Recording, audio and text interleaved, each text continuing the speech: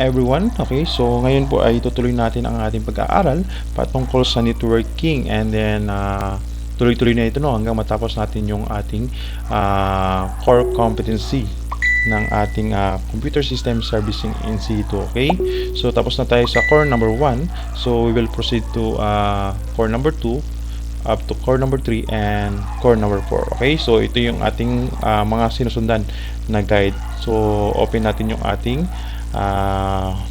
yung lecture natin ano. So para may idea tayo kung ano yung mga kailangan natin sundin. Okay, so yan no. So okay, dito tayo. So unang-una, yan. So ito yung ating pinaka-guide. So tapos na tayo dito sa ating core 1, install and configure computer system. Dito na lang po tayo sa apat na ito. So dito tayo magpo-focus ngayon sa ating tutorial. Kung kaya ng lahat, so gagawin natin. Pero kung tig-isa-isa lang, so depende no kung kakayanin ng ating video. So kailangan natin munang mag-install ng network. So yun nga, sabi ko, we can't do it kung wala tayong knowledge. Okay, so mga theoretical or mga standard process natin no. So kailangan masunod natin yun. So yun yung ating TIE at saka AIA no. So Electronic Industry Association, and then yung sa Telecommunication Industry Alliance. Okay, yun yung TIA. So kung mapapansin nyo, we have a T568A, okay, and then T568B or 568B. Okay, so this means ito yung talagang ating pag-aaralan no. So kailangan memorize na natin sana ito no, yung white green. Okay, number 1 green, and number 2 green, and then 3 white and orange up to brown. Okay, so memorize na sana natin masaulado na without reading our our notes or browsing our internet or www. Okay, so kailangan memorize na natin yun in our mind no. Na siya, nakapaskin na sa ating utak, naka-stored na. Okay, so yan, T568A and then T568B. Okay, so pag pinagsama natin yan, nandun nagkakaroon ng crossover. So ito kasi pag malaman na natin yung T568A, T568B, so for sure crossover, hindi din tayo mahirapan. So yan ano, yung crossover natin. So pwede naman ito no, itong cross wiring, okay naman yan no. Pero parang mas mabilis lang kasi nga ito medyo mas madali no, yung ating crossover. Yan, so parang yun, dalawa lang siya na klase ng wiring, yung 568A and then 568B. Okay, so yun lang ang ating pinakakailangan dyan. Okay, para magawa natin yung crossover cable. So pwede naman to no, kasi ito yung sa TIA at saka AIA natin no. So kailangan kahit paano may idea din tayo dito no sa mga ganitong wirings. Medyo mas magulo nga lang, mas madaming papalitan kasi dito apat lang, pero pag dito naman ang ating babasihan, so ang daming nagsipalitan ano, 1 2 3 4 5 6 7 8, so alos 8 no, walang nag-stay sa isang line. Pero kung dito ang ating babasihan, yan no, so apat lang. Okay, apat lang yung 1 2 3 4 yung nag-crossover. So yun, as long as you know the T568A and T568B, so for sure naman no, ako'y naniniwala na kaya nyo din gawin yung crossover. Okay, so yan kasi yung pinaka mahalaga sa atin, lalong-lalo sa assessment natin. So if I'm not mistaken, so for sure ito lang talaga yung mga kable natin doon. So pero kailangan din natin siyempre yung talakayan nito no, dahil tayo ay nag-undergo ng training, kailangan alam din natin yung mga ganitong mga crossover. So kailangan din kasi yan no, kung computer to computer or same device. So mahalaga din yan. Okay, so yan yung ating color coding. So paki-memorize na lang, white green green, white and orange, yan, blue white blue, orange, and then white brown brown. So kailangan memorize yan no, lalo na sa assessment. Hindi tayo pwedeng tumingin sa notes natin or di kaya sa ating browser. Okay, sa cellphone natin o kung saan man no nakalagay. So kailangan memorize natin to. Okay, T568A and B. Okay, kasi yan din nabubuo yung crossover natin. So kailangan memorize natin yan. So puro color coding yan ano. So ganun din dito no, yung ating RG45. So kung papansin natin, nauna siya sa white orange range. Okay? White orange orange, 'yun. Ito 'yun. Okay? So white brown yung pinakahuli at saka brown. So may mga numbering naman siya no, pin 1, pin 2, pin 3 and then hanggang sa pin 8. Okay? So halos ganito lang no. So ang ginawa natin dito T568B. So ibig sabihin ito T568B. Kung titingnan natin yung ating color coding. So nakalagay din naman. So double check lang din no. So basta T568B nauna yung orange. Pag T568A nauna yung green. Okay, yun lang naman nagkakapalit yan. So yan yung ating color coding. Okay. So kailangan memorize natin yan. So sa ating so cut 6 na po tayo no. So yan yun ang kadalasan ginagamit. Ito naman ay pass through no. So pass through yan, may mga butas yan. Ito kasi madali lang to, salpak lang ng salpak no. And then sa crimping tool, so kusa na siyang magka-cut. Okay? So may pang-cutter kasi doon sa crimping tool, doon sa may RG45 slot mismo no. So ito madali lang kasi no. So we will try yung ito at least may idea kayo sa yan pass through natin. Pero we will practice more about this one now. This close 1. So kasi ito medyo mahirap to no.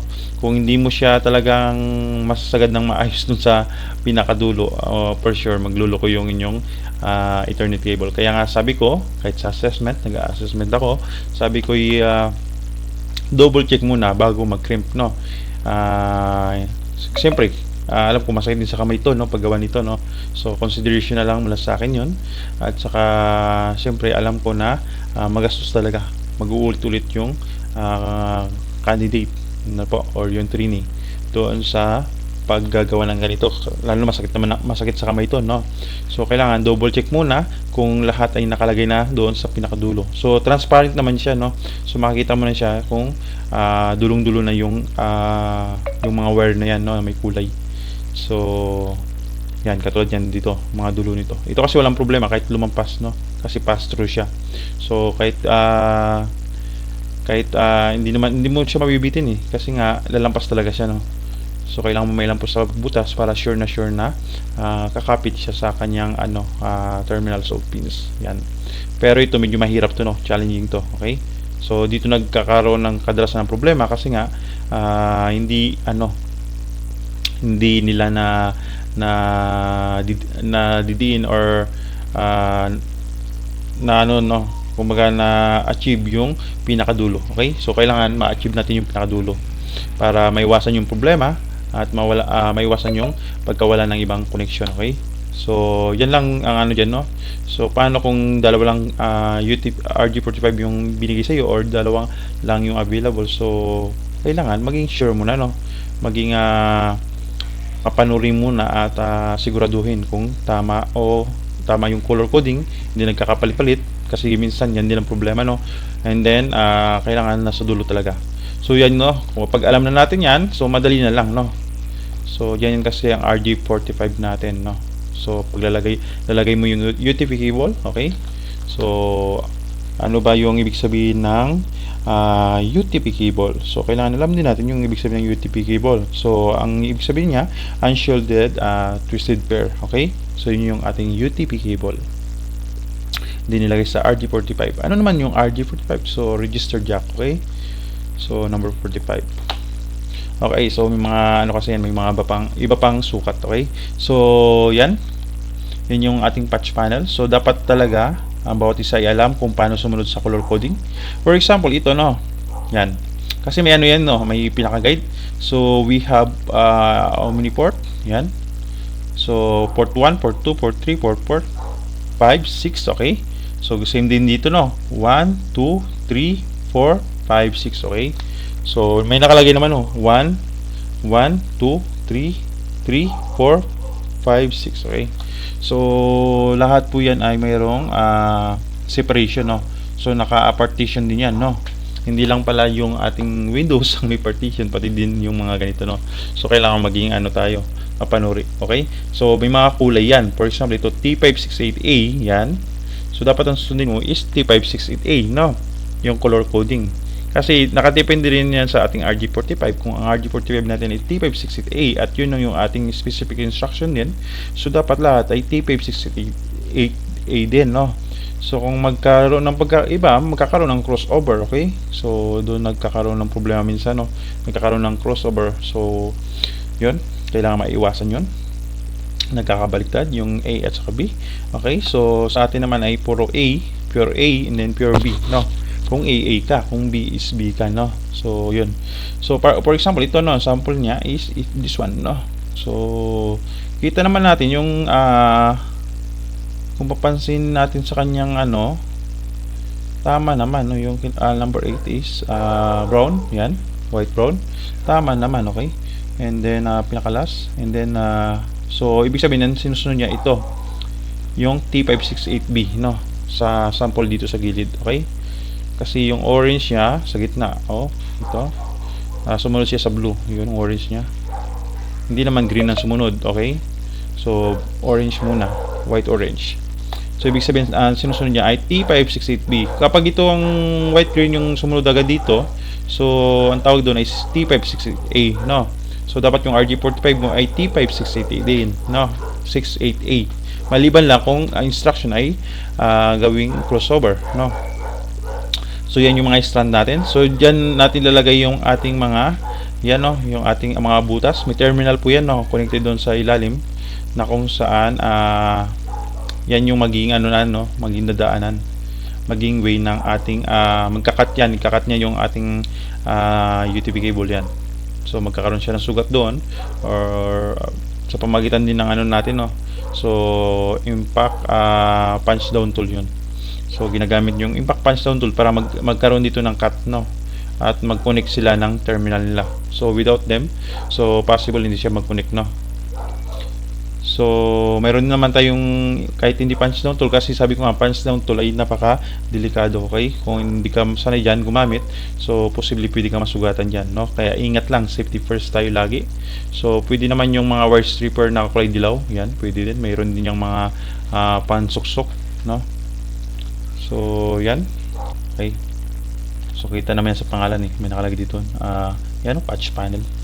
So may mga numbers siya, no? Yan, 1, 2, 3. Okay? So ibig sabihin, yan yung ano natin, yung ating front ng ating patch panel. Okay? So ilagay na lang natin dito. Magsiksik tayo dito. Kasi without the knowledge, no, kung minsan na ang hirap gumawa. Okay? Lalo na sa safety natin, hindi natin nasusunod yan. Lalo na kung tayo ay walang ka-idea o first time sa ginagawa natin. Kasi mayroon naman talagang medyo may experience na, pero pag wala ka talagang experience dito, so mas tatagal yung ating task na gagawin. So yan, hindi lang natin naayos ng kung yung mga format ng picture. So yan, yung ating patch panel. So color coding lang, no, follow the color coding to T568A din, T568B. So may mga naman yan, yung mga nakasulat cat 6, okay? So ibig sabihin category 6. Ito kasi category 5E, no. So depende sa category. Alam ko sa TESDA ngayon, lahat cat 6 na, no. Okay? Pero same din naman yan, no. May mga improvement lang na naganap. So ating mga IO or di kaya tinatawag minsan keystone, no. So yan, may mga kulay din yan, same lang din sa mga patch panel. So kailangan alam din natin kung paano maglagay dyan ng ating mga wires, UTP cable. So mga slot lang din, yan, yun. So mga terminal lang din yan, dapat magkaroon ng connection sa ating UTP cable yan. So kahit anong kulay yan, kahit black or as long as marunong ka magbasa ng kulay, pares nito, no. Type A to kasi may A nakalagay dito, B, no.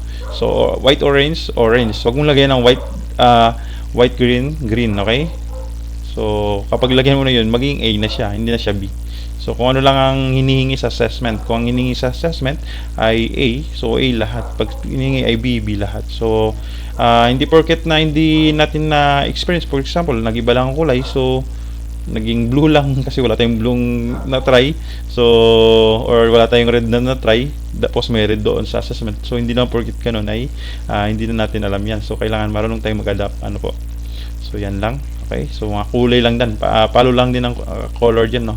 So depende na yan, diskarte na talaga, no. Okay, so yan yung sa mga wall plate na nilalagay, no, pag tayo mag-install sa mga company na may mga katulad din kasi yan ng mga ano, no, yung mga convenience outlet, yan nilalagay sa gilid ng dingding. Okay, so yan yung ating purpose ng ating mga yan, yung ating keystone or di kaya yung IO.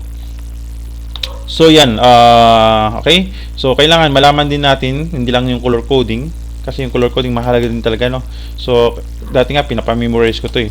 Nagkakaroon ng video memorizing. So sa actual na lang face to face, magkakaroon tayo ng memorization. So kung sinong mga pag-recite, so ibig sabihin sila yung mga nag-aaral talaga. Okay? So we have class A. Yan lang naman, class A, class B, class C sa ating assessment, no. Kahit sa training natin, no. So alam naman natin yung ating class A, yan yung mga nag-start sa 1. Okay? So we have yan, no. Apat lang din naman yan, no. Okay, so okay, yun ano, may class A tayo, class B, class C. So yung class A natin start sa 1 up to 126. Okay, the 255, the 255, the 255. Yan. Yan yung ating maging guide. Class B. So although we have I think class hanggang class E, pero ito lang yung pinaka common na ginagamit natin, no, sa ating computer system servicing in situ. Okay, so sa class B naman natin 128 and then 192. Okay, so yan yung ating IP address na talagang common na ginagamit. So ito kasi mababang kwento to, no. Maraming ano to, no, may mga tinatawag pang octets or 32 bits. Okay, kasi ito pag IP version 4, no, yung Internet Protocol version 4, kasi nilalagay natin ito sa IP, no, version 4. So 32 bits lang kasi ito, no. Pero pagdating sa IP version 6, medyo mataas na, no, 128 bits. Okay, so medyo mahabang usap to, although na-explain ko na din man sa inyo yung about sa bits. Okay, so sabi ko nga 1 byte equals to 8 bits. Okay, so malawak kasi ito, no. So ang importante lang alam natin yung class A, class B, and class C. Ano po patungkol dito sa ating mga IP address. Okay, so dapat masusunod yun. Kung 1.0.0.0, so between nun or di kaya bago mag 126.255.255.255, ang tawag po doon ay class A. Okay, and then class B naman kapag 128 up to 191. So 192 naman sa class C. Okay, so up to 223. So yung ating 127 yan, naka-reserve yan, no, sa loopback address. Yan. So ito may encounter din natin kasi may mga loopback address din sa ating client server. So yan. So yung 224 invalid entry. Okay, so yun, may pinagagamitan yan. So ito lang ang ating pinaka-common na gagamitin, A, B, and C. Okay, so yan lang naman. So kailangan alam natin yan, yung mga class A and class B and class C. So bawat group, no, magkakaiba tayong class. So dito naman tayo nakapokus tayo sa assessment, sa mga ginagawa talaga. So kung okay na tayo dito, siguro ituloy na natin doon sa ating mga video tutorial. So yun talaga yung makakatulong mismo sa paggawa ng ating mga activities ng ating mga tasks. So just follow the specific instruction given by trainer or di kaya ng ating assessor. Okay,